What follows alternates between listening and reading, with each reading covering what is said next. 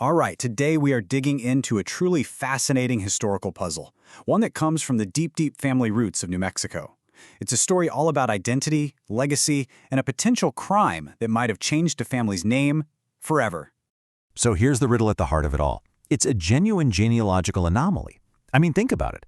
At a time and in a place where your father's name was pretty much your entire identity, one branch of this legendary family just stops using it. The big question is, why? Okay, let's dive into this, because the theory that's bubbled up from old records is absolutely wild. It suggests that this very strange name change is tied directly to a dark, dramatic, and really tragic event that completely tore a family apart. But first, before we get into the crime, you have to understand the name itself to really get why this is such a big deal. You see, the Baca family wasn't just a family in colonial New Mexico. In a lot of ways, they were the family. I mean, the Baca legacy goes way, way back, right to the very beginning of the Spanish colonial project in that area. Capitan Cristóbal Baca shows up in 1600. The family even survived the Pueblo Revolt, fleeing and then returning in 1693. By the 1700s, they were major landowners, leaders, a foundational pillar of New Mexican society. So the crucial point here is that the name Baca carried some serious weight. It was a direct line to power, to history, to identity itself. To just abandon it, that would have been a massive decision, something that would only happen for a very, very good reason, which, of course, brings us back to the crime. And this is where our historical mystery takes a very dark turn. The key to this whole genealogical puzzle, it turns out, might not be in a birth certificate or some old land grant, but in the court records of a truly brutal murder. So on one side, we have our victim, María Magdalena Baca. She was a direct descendant of those first Bacas, a really important figure. And on the other side, her second husband, Juan Márquez, a soldier who, well, was already known around Santa Fe for all the wrong reasons. You know, the trouble had been brewing for a while. The records show Juan Márquez was carrying on a very public affair. He even got arrested for it in 1740, but was let go. Just a few months later, his wife, María Magdalena, was found dead, strangled, in her own bed. And this is the testimony that sits right at the heart of the case against him.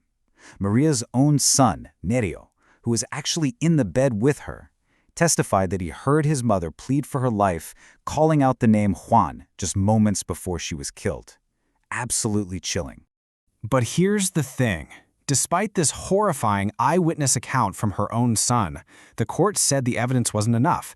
Because the only witness was a minor, Juan Márquez wasn't executed. Instead, he was just kicked out of the army and banished from New Mexico for 4 years. For the Baca family, you can imagine, this was not justice. So we've got this shocking murder and what feels like a total miscarriage of justice. But how does this connect to a completely different branch of the Baca family changing their name? Well, let's start connecting the dots. This is where the genealogical detective work gets really incredible. The whole connection hinges on this one boy named Pedro Antonio. He was paternally a Baca, but he would go on to live his life and pass down to all his children the surname Marquez. Okay, this is where it all comes together, and it's a tangled web, so let's break it down. The murder victim, María Magdalena Baca, she was the aunt of the boy we're talking about, Pedro Antonio. That's a huge link. Her brother was Pedro's father, a man named Cristóbal Baca III. But here is the massive twist. Pedro's mother was Manuela Marquez, and the research strongly suggests that the murderer, Juan Márquez, was her brother, which would make him Pedro's uncle. And all of a sudden, the puzzle pieces just start to click into place, don't they? Pedro Antonio's family was this horrifying intersection of the whole tragedy. His aunt, a Baca, was murdered, and the prime suspect, a Marquez, was his uncle. So he was biologically a Baca, but his mother was a Marquez, linking him directly to the man who committed this awful crime against his own blood. This quote from modern researchers just cuts right to the heart of the theory. I mean, can you imagine the shame, the anger, the being cast out? With her husband Cristóbal Baca already dead, Manuela Marquez and her young son Pedro were probably disowned. And in that society, getting cut off from a powerful family like the Bacas meant losing everything: status, protection, any claim to an inheritance. They were stuck in this impossible position, caught between the prestigious Bacas and the now infamous Marquez name.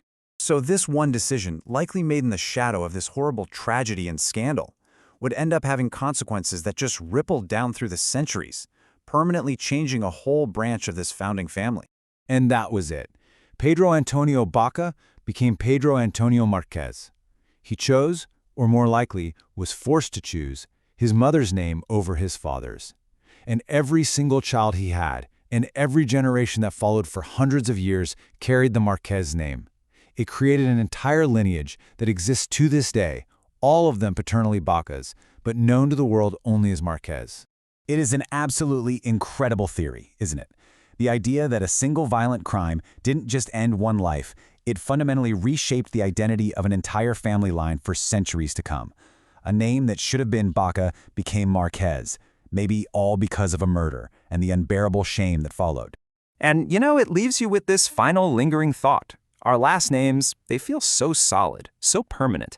But this story shows they can be shaped by tragedy, by secrets, and by choices made under unimaginable pressure, generations and generations ago.